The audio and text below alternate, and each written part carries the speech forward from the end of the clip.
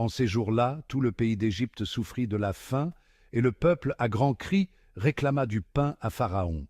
Mais Pharaon dit à tous les Égyptiens, « Allez trouver Joseph et faites ce qu'il vous dira. » La famine s'étendait à tout le pays. Alors Joseph ouvrit toutes les réserves et vendit du blé aux Égyptiens, tandis que la famine s'aggravait encore dans le pays.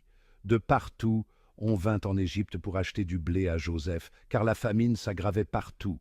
Les fils d'Israël, c'est-à-dire de Jacob, parmi beaucoup d'autres gens, vinrent donc pour acheter du blé, car la famine sévissait au pays de Canaan.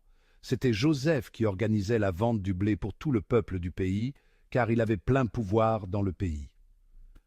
En arrivant, les frères de Joseph se prosternèrent devant lui, face contre terre.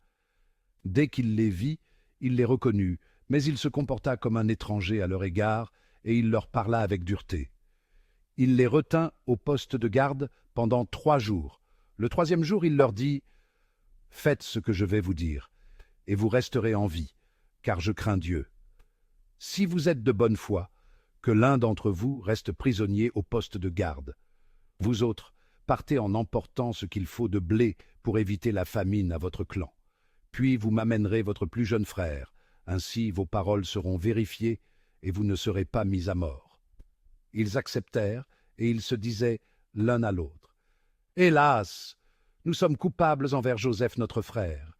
Nous avons vu dans quelle détresse il se trouvait quand il nous suppliait, et nous ne l'avons pas écouté. C'est pourquoi nous sommes maintenant dans une telle détresse. » Rouben, alors, prit la parole. « Je vous l'avais bien dit, ne commettez pas ce crime contre notre jeune frère, mais vous ne m'avez pas écouté, et maintenant il faut répondre de son sang. » Comme il y avait un interprète, ils ne se rendaient pas compte que Joseph les comprenait.